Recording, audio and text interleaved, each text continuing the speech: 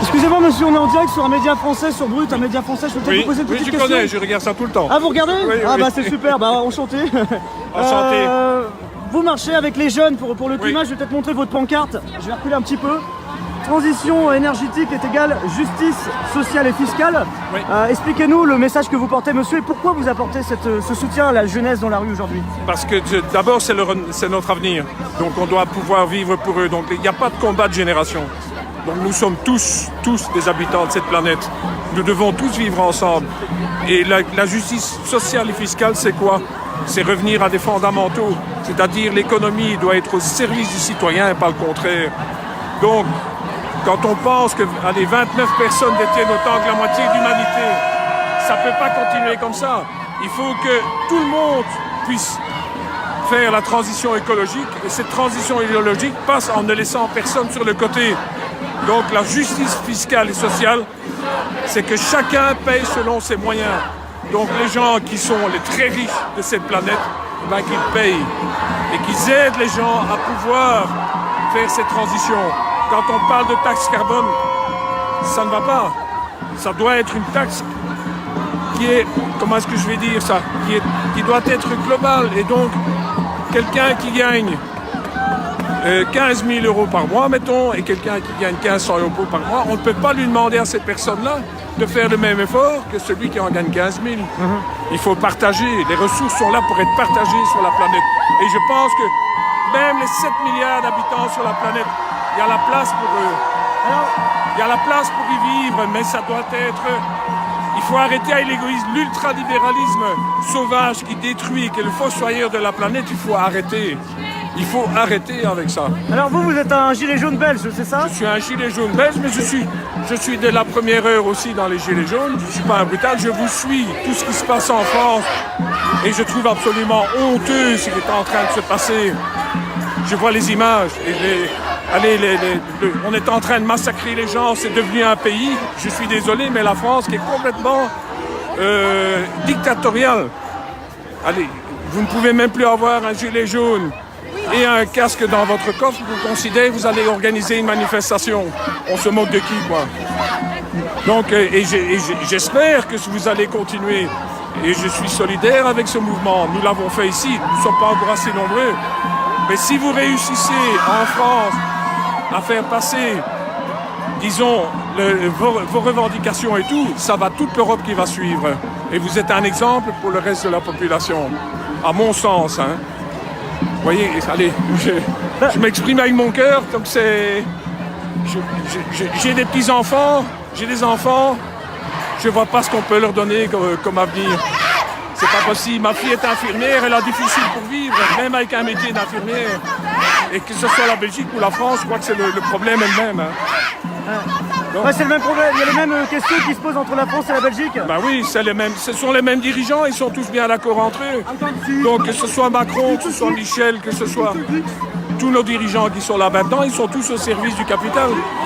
Ils ne vivent que pour ça. Vous en êtes où au niveau politique? On sait qu'il y avait Charles Michel qui avait démissionné, vous en êtes où maintenant? Pour l'instant, on a un gouvernement qui est en affaires courantes. Donc la NVA a quitté le gouvernement pour des raisons par rapport à l'immigration.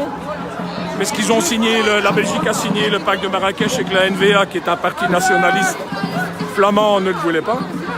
Mais nous, personnellement, on croit que c'est de la poudre aux yeux qui permet à, disons, de se préparer pour les prochaines élections, parce que nos élections chez nous, les prochaines, sont régionales, sont fédérales et sont européennes.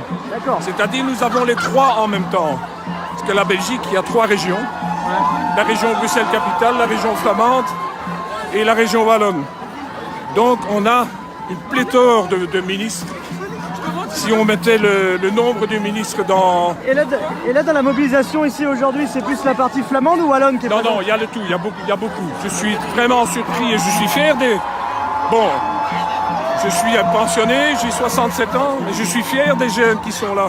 Moi, je suis fier de cette mobilisation. C'est magnifique. Allez. C'est beau pour vous de voir cette jeunesse qui oui, ça me donne de l'espoir, moi, pour mes enfants et mes petits-enfants. Donc c'est une marche qui a l'enjeu d'alerter, parce qu'il y a une urgence climatique, Il y a et en une même temps il y a un urgence. message d'espoir. Voilà. Et moi, j'essaye, en participant, de leur faire comprendre qu'il n'y a pas que de dénoncer ce qui se passe, mais c'est aussi d'apporter des solutions. Ouais. Donc j'espère que, quelque part, mais ils vont l'avoir, ils le sont, mais qu'ils ne se fassent pas récupérer par la politique telle qu'elle est pratiquée maintenant, et qu'eux-mêmes gardent leur liberté d'esprit et on appelle ça, comment est-ce que je vais dire ça, leur spontanéité. Donc c'est important. Et je crois que ce qui se passe maintenant, il y a de plus en plus, ils commencent à s'ouvrir. Avant, ils ne faisaient pas de politique, en façon de parler, les jeunes. Mais maintenant, ils vont commencer à en faire. Et là, ça va peut-être changer. Et je crois que nos politiques ont très peur de ça. Ils essayent déjà de récupérer. Donc ça, c'est en disant oui, on vous a compris, mais en fait, ils sont assez condescendants avec les jeunes. Ils disent, vous ne savez pas de quoi vous parlez, vous voulez tuer l'économie. On a le président de la Chambre, c'est nous, qui s'appelle Siegfried Bracke, qui est un de la NVA, qui est un parti nationaliste flamand. Ouais. Il était interrogé à la radio hier matin ou avant-hier. Et il vient dire oui, mais il ne s'imagine pas le coût que va représenter la transition énergétique. Il y aura encore plus de gilets jaunes dans la rue. Mais il n'a pas compris. Il n'a pas compris. Il a dit c'est vous qui allez payer et pas les autres. Donc il est au service du capital dans ce qu'il dit. Ça peut continuer. Pas le capital. Je parle du néolibéralisme. Je ne suis pas contre les gens qui sont riches. Et tant mieux pour eux. Mais quand ils sont riches, il faut qu'ils gagnent leur vie en n'exploitant pas les gens. Et ça, c'est le problème. C'est que maintenant, on exploite les gens. Donc, on dit, vous devez travailler pour nous pour qu'on puisse gagner beaucoup d'argent. Ça va pas. Ouais, c'est mon sentiment. Bah, en tout cas, merci pour le sentiment que vous avez partagé sur ce live. Merci à vous, en tout cas. Puis merci de nous suivre, en tout cas, aussi sur Brut. Ah, je suis ça tout le temps, là. Tous les jours, je regarde et je suis inscrit aussi bien pour votre... le boxeur, là. Détingé. Détingé. Drouet, Rodriguez, tout ça. Je trouve ça scandaleux ce qui est en train de se passer. Quand on voit le commissaire Andrieux qui va taper sur les gens sans raison, celui-là on le laisse faire, il peut faire ce qu'il a envie. Et pendant l'autre, il est en prison et il ne passera que le 15 février en justice. C'est honteux, quoi. C'est honteux. Bah merci monsieur, passez une bonne journée, merci Attention pour les quelques minutes. Ouais, merci. Ouais, parce qu'il y a des vélos qui passent dans le cortège et j'étais pas mal de me le prendre. Merci monsieur. En tout cas. Allez, C'est comment votre bonne prénom journée, hein. C'est comment Dominique. Bah merci Dominique d'avoir accordé quelques minutes à Brut. Bonne continuation.